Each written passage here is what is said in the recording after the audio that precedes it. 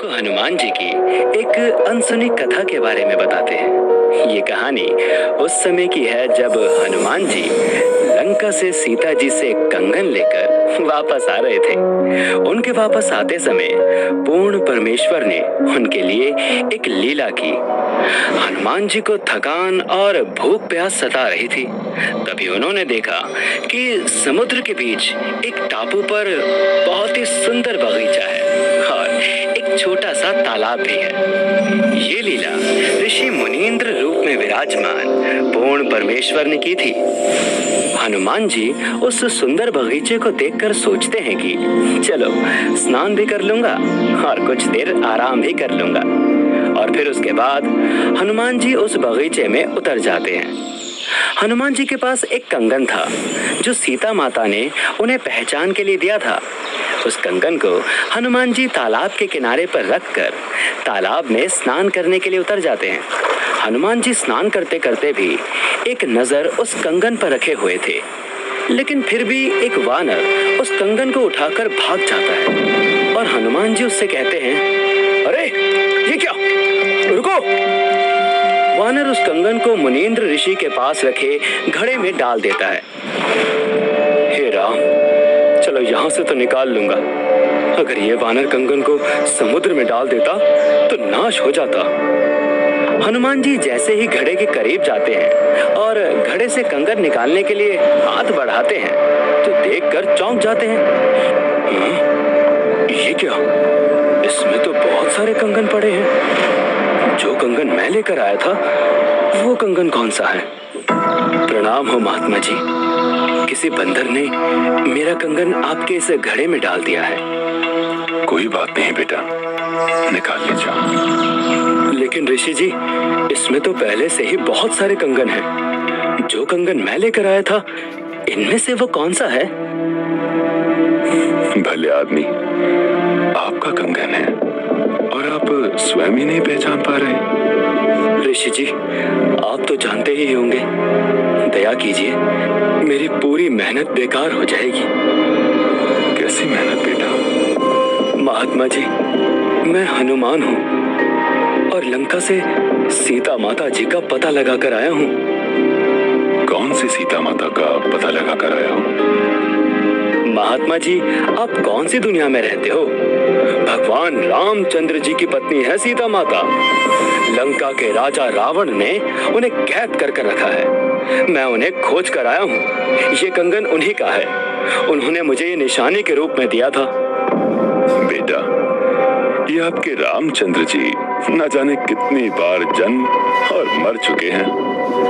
कितनी बार रावण सीता का अपहरण कर चुका है और न जाने कितनी बार हनुमान कंगन लेकर आया है। ये सृष्टि कोई आज से नहीं चल रही है। न जाने कितनी ही बार ये घटना घट चुकी है। मुनींद्र जी की बातें हनुमान जी के समझ के बाहर हो रही थी। ऋषि जी, अभी तो मेरे पास इतना समय नहीं है जो आपकी बातें समझ सकूं। आप बस मुझे ये बता दीजिए कि जो कंगन मैं लाया था वो कौन सा है? रामचंद्र जी मेरा इंतजार कर रहे होंगे। तो बेटा जाओ और उठा लो आपका कंगन घड़े से।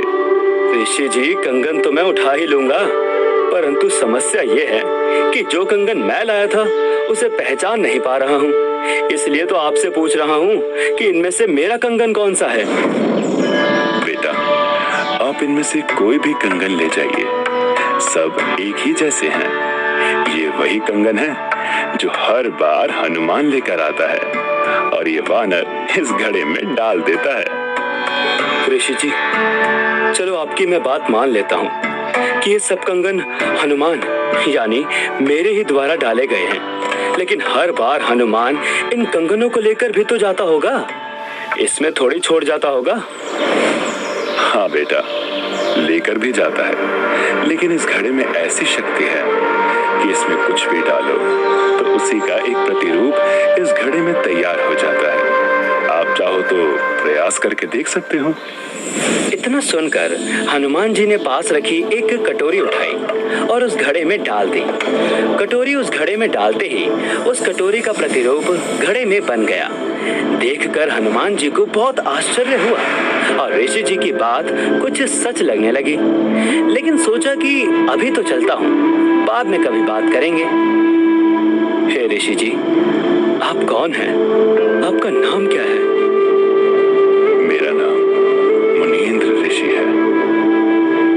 इसके बाद हनुमान जी उस घड़े में से एक कंगन उठा लेते हैं और श्री रामचंद्र जी के पास जाने के लिए छलांग लगा देते हैं। थोड़े समय बाद श्री रामचंद्र जी का युद्ध रावण के साथ होता है और श्री रामचंद्र जी उसमें जीत जाते हैं और सीता माता को अयोध्या वापस लेकर लौटते हैं। वनवास पूरा होने के बाद जिस समय श्री रामचंद्र जी का राज तिलक हो रहा था, उस समय माता सीता ने हनुमान जी को अपने गले से निकालकर सबसे कीमती मोतियों की माला दी। माता सीता से मोतियों की माला लेने के बाद हनुमान जी ने उस माला को तोड़ दिया और मोतियों को फोड़ फोड़ कर देखने लगे। हनुमान जी को ये करता देख माता सीता को क्रोध आया और हनुमान जी से वो बोली, हे हनुमान, तूने ये क्या किया जानता है? ये माला कितनी कीमती थी। तू रहा वानर का वानर ही, तू जंगल में ही शोभा देता है। ये सुनकर हनुमान जी को बहुत बुरा लगा और वो मायूस हो गए। माता जी, मुझे इन मोतियों से क्या काम था? मैं तो ये देख रहा था कि यदि इन मोतियों में राम का नाम हो तब तो ये मेरे काम के हैं, वरना ये कंकर मेरे किसी काम के नहीं हैं। सीता जी के इस बर्ताव से हनुमान जी अयोध्या नगरी से चले गए और जंगल में एक पहाड़ी पर जाकर बैठ गए। हनुमान जी को बहुत दुख हुआ कि मैंने क्या नहीं किया इनके लिए, और आज इन्होंने मुझे एक छोटी सी बात पर इतना लताड़ दिया। हनुमान जी के अयोध्या से लौटने के उपरांत कुछ दिन बाद हनुमान जी की भेंट एक साधु से होती है।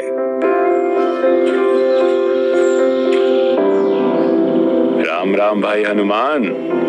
राम राम महात्मा जी, आइए बैठिए। और सुनाओ हनुमान। महात्मा जी, अयोध्या में भगवान रामचंद्र जी आए हुए हैं। भाई हम तो उस राम के भक्त हैं जो कभी जन्मता मरता नहीं, वो कभी माँ के गर्भ से नहीं जन्मता। ये राम जी तो न जाने कितनी बार जन्म और मर चुके हैं। अच्छा, यही बातें मुझे एक मुनींद्र नाम के ऋषि जी भी कह रहे थे। जब मैं लंका से लौट रहा था तो वो मुझे एक सुंदर बगीचे में मिले थे। वो मैं ही था हनुमान, और तुम्हारे लिए ही यहाँ आया हूँ। क्षमा कीजिए भगवान, हम तो तुच्छ बुद्धि के जीव हैं। कृपया करके मुझे आपका संपूर्ण ज्ञान समझाइए और सत भक्ति प्रदान कीजिए। दर्शकों, यह 2D एनिमेशन वीडियो संत रामपाल जी महाराज के सत्संग प्रवचनों का अंश मात्र है। संपूर्ण आध्यात्मिक ज्ञान प्राप्त करने के लिए अवश्य सुनिए संत रामपाल जी महाराज के मंगल प्रवचन।